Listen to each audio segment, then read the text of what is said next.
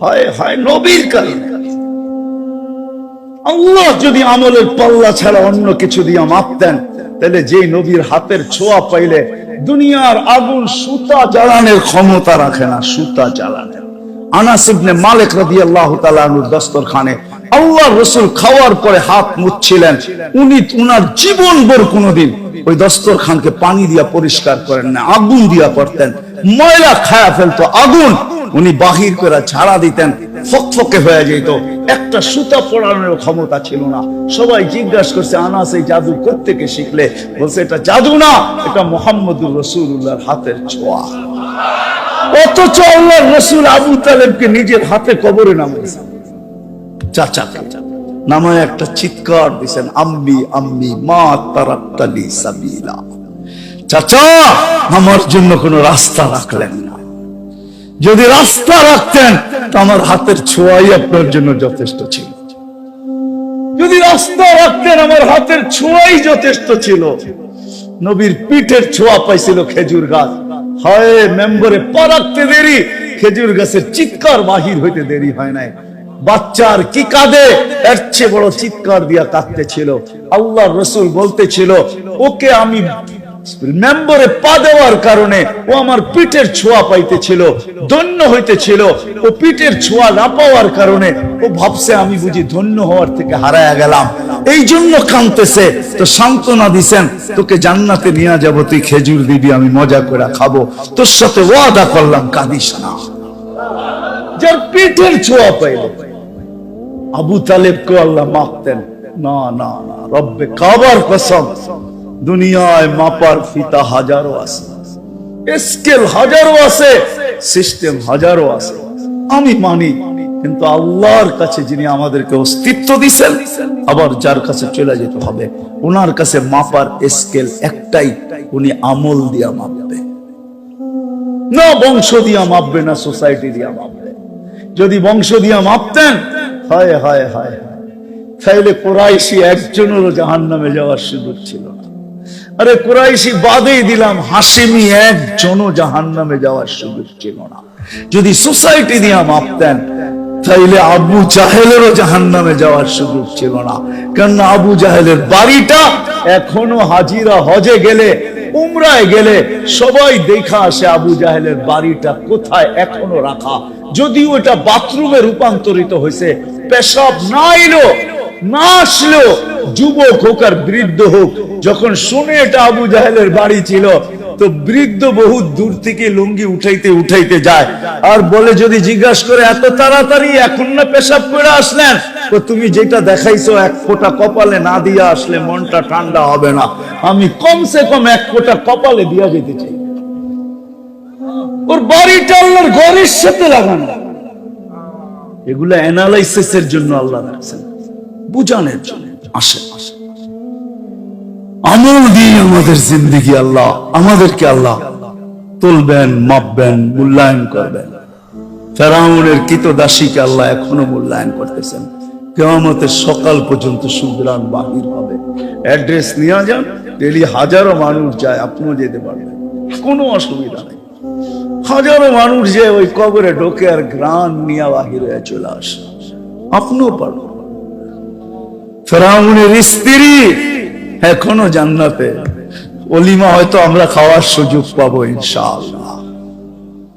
আমাদের নবীজির সাথে যখন আল্লাহ বিয়া পড়াবে তিনজনের, তো কিছু না কিছু তো খাওয়াবে। খেজুর ছিটাইলো তো ছিটাবে না, ছিটাবে না? কি কোন হুজুর? হ্যাঁ, বিয়ার সুন্নত তো কমসে কম খেজুর ছিটানো। তিনজনের বিয়ে তো আল্লাহ পড়াবে আমাদের নবীজির সাথে। ইমরাতু ফিরাউন, উম্মা ঈসা মারিয়াম, আর উখতা মুসা কুলসুম, মুসা আলাইহিস সালামের বোন কুলসুম, ঈসা আলাইহিস সালামের আম্মা মারিয়াম আলাইহিস সালাম, আর ফেরাউনের স্ত্রী আসিয়া। এই তিনজনের বিয়ে হবে ইনশাআল্লাহ জান্নাতে আমাদের নবীজির সাথে। তিনজন আমাদের নবীজির স্ত্রী হবে, আর আমরাও তো ইনশাআল্লাহ জান্নাতে থাকবো। আল্লাহ কিছু খাওয়াক আর না খাওয়াক, সুন্নত হিসাবে তো খেজুর দিবে। ওই খেজুরের মজাই অন্যরকম হবে, ঠিক না? হ্যাঁ, আরে না না, কি খেজুর! হ্যাঁ, ঈসা আলাইহিস সালামের বিয়ে আল্লাহ পড়াবেন, আর 1000 দিন জান্নাতীদেরকে ওলিমা খাওয়াবে।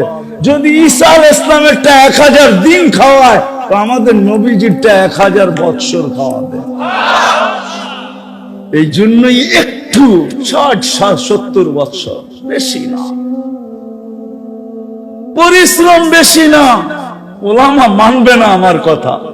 আমি তো বলি এই উম্মতকে আল্লাহ দুনিয়ায় পাঠাইতে চান না, আমাদেরকে নির্বাচিত করার পরে, বাছাই করার পরে, আমরা কিন্তু বাছাইকৃত, হুয়াজতাবাকুম, আল্লাহ আমাদেরকে বাছাই করছেন উম্মতে মুহাম্মদী হওয়ার জন্য।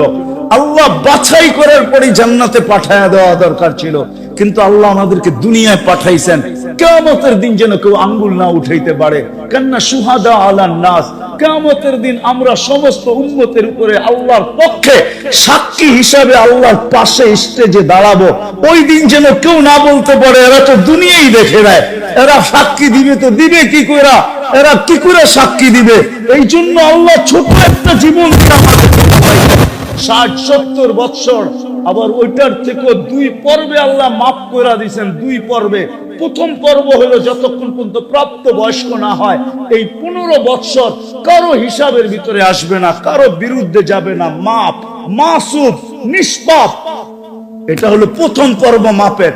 দ্বিতীয় পর্ব আমরা 24 ঘন্টা যতক্ষণ ঘুমায় থাকি কলম উঠায় ফেরেশতা বসা থাকে, রুফিয়াল কলম আনিন নাইম হাত্তা ইয়াস্তাইকিন, যতক্ষণ পর্যন্ত ঘুমের থেকে না উঠবে কলম আমার বিরুদ্ধে কিচ্ছু লিখবে না, পক্ষে।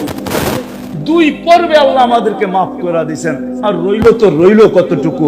এই জন্যই আমি বলি আল্লাহ অল্প সময়ের জন্য পাঠাইছেন, শুধু প্রমাণ দাঁড় করানোর জন্য।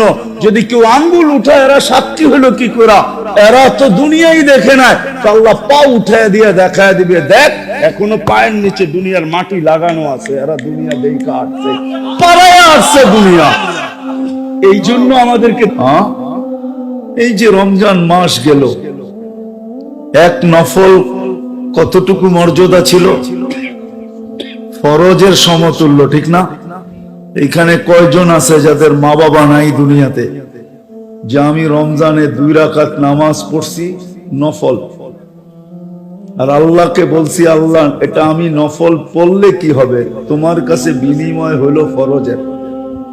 আমার এই 2 রাকাতের 1 রাকাত আমার আম্মাকে দিয়েন, 1 রাকাত আমার আব্বাকে দিয়েন, নফল হিসাবে হবে না, ফরজ হিসাবে হবে। এরকম কয়জন আমরা আছি এখানে যে রমজানে ডেলি 2 রাকাত নফল পড়ছি, আর এই কথা আল্লাহকে বলছি যে আল্লাহ এটা তো নফল পড়লে কি হবে, ফরজ। ফরজের সমতুল্য মান, মর্যাদা, সওয়াব, ওয়েট, ওজন আমার আম্মাকে 1 রাকাত দিয়েন, আমার আব্বাকে 1 রাকাত দিয়েন। এই যে রমজান গেল, শাওয়াল কিন্তু এখনো চলতেছে, বহুত মানুষ তাদের 6 রোজা এখনো পুরা করতেছে, আরো 8-10 দিন 15 দিন সুযোগ আছে 6 রোজা পুরা করা। বেশি দিন হয় না রমজান গেছে। বলেন এইখানে কে হাত উঠায়া বলতে পারবেন যে আমি ডেইলি 2 রাকাত পড়ছি? যদি সন্তানই মা বাবাকে বলতে পারে, আমরা কিন্তু সবাই সন্তান, ঠিক না? কি মা বাবা ছাড়া আকাশ থেকে পড়ছি নাকি? সন্তান হয়েই যদি মা বাবাকে বলতে পারি, একজনও তো হাত উঠাইতে পারলেন না। শুধু 1-2 জন হবে যে আমি ডেলি পড়ছি, ডেলি 30 দিনে 30 দিন পড়ছি 2 রাকাত মা বাবার জন্য। একজন হলে আলহামদুলিল্লাহ, বাকিরা তো পড়ি নাই। কিন্তু এক ফরজ বোঝেন কাকে বলে?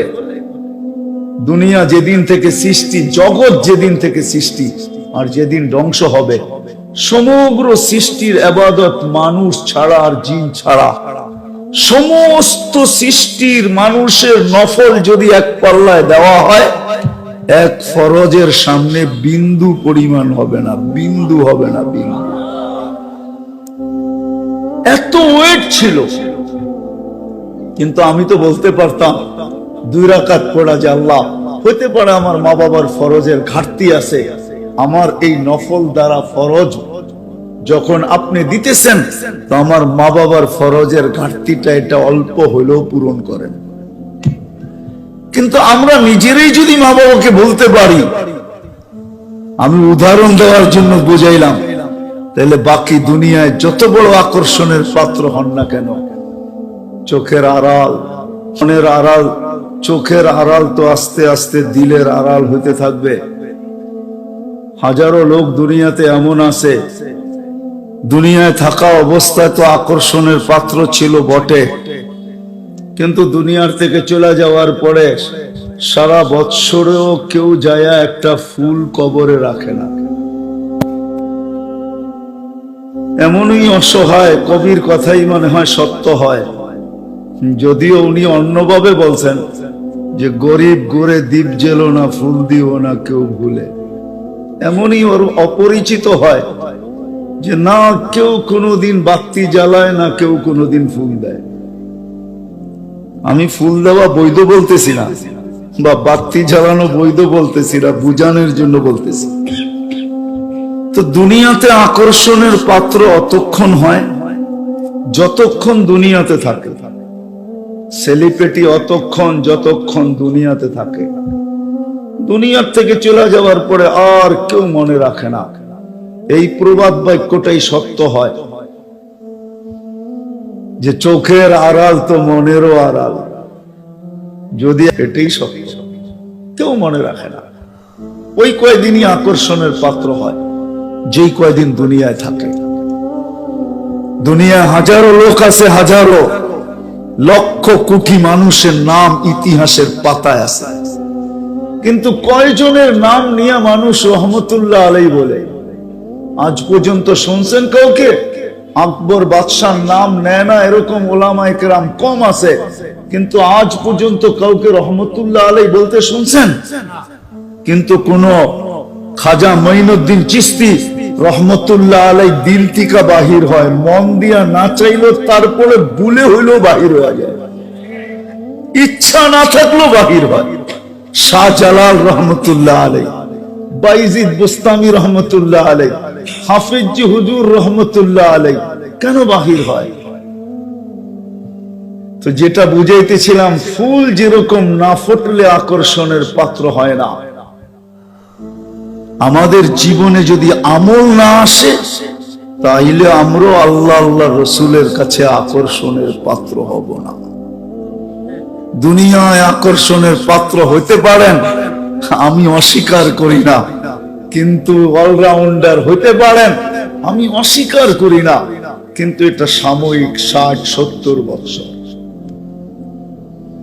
চিরদিনের জন্য না।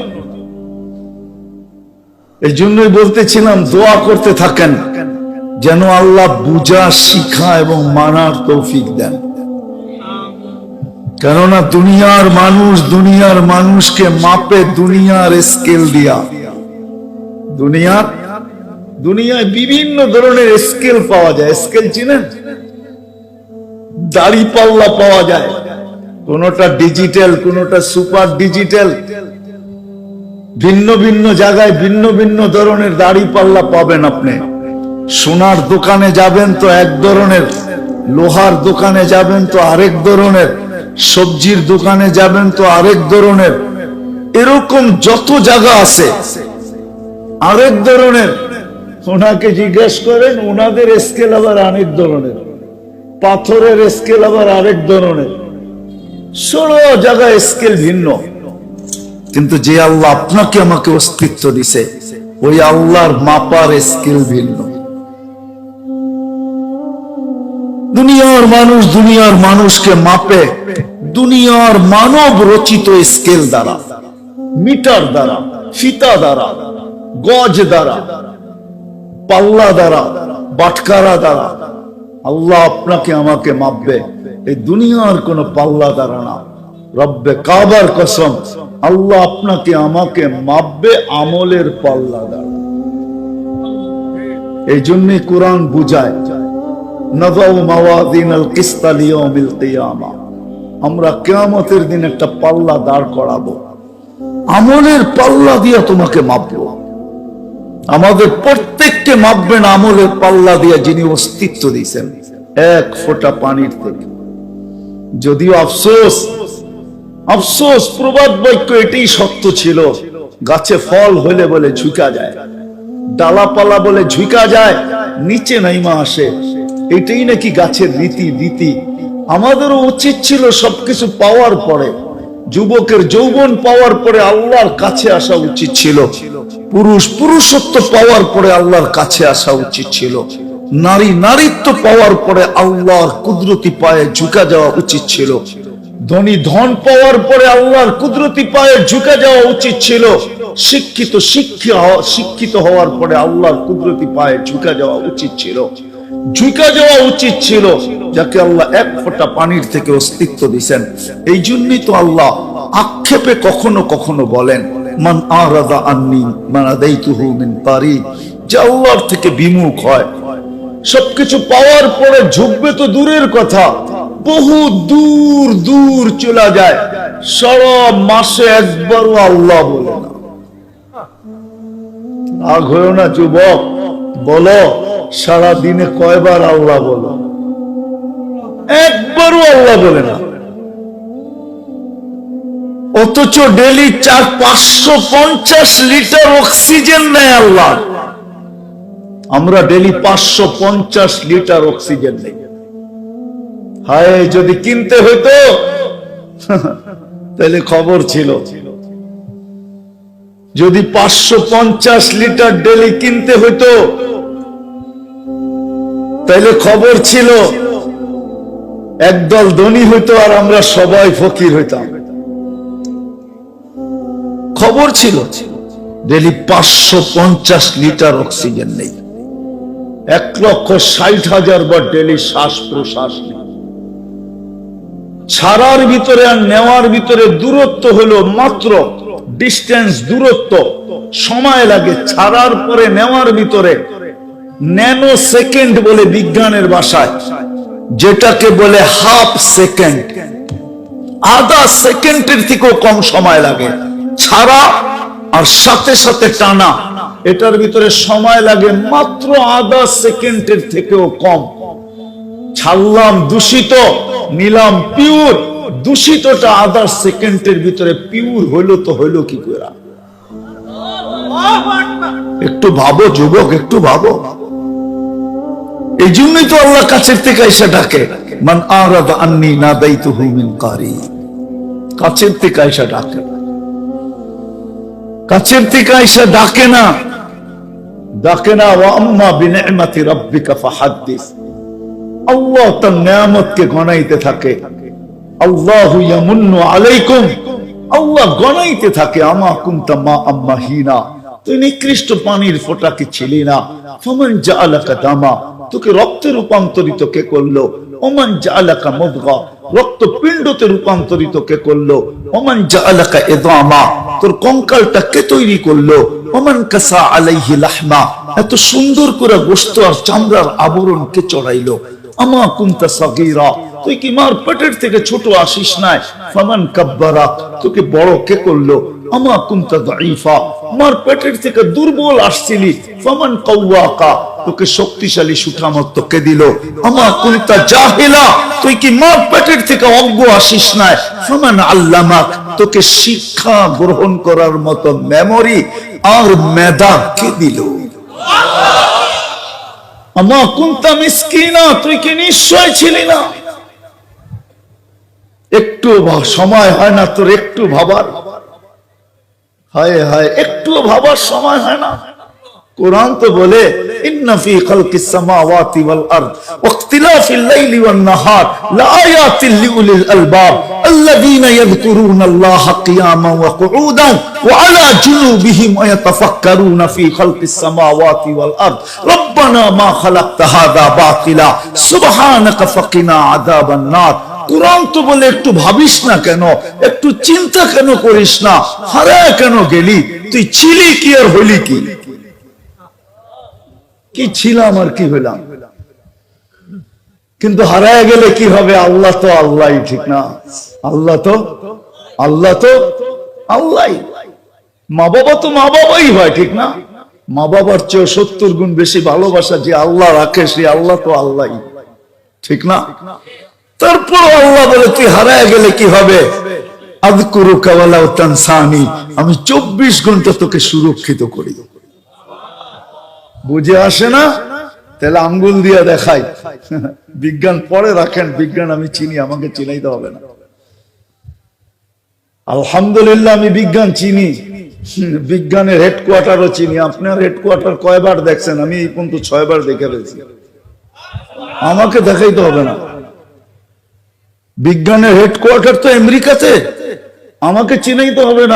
আমি আমেরিকা এই পর্যন্ত 6 বার গেছি, আরো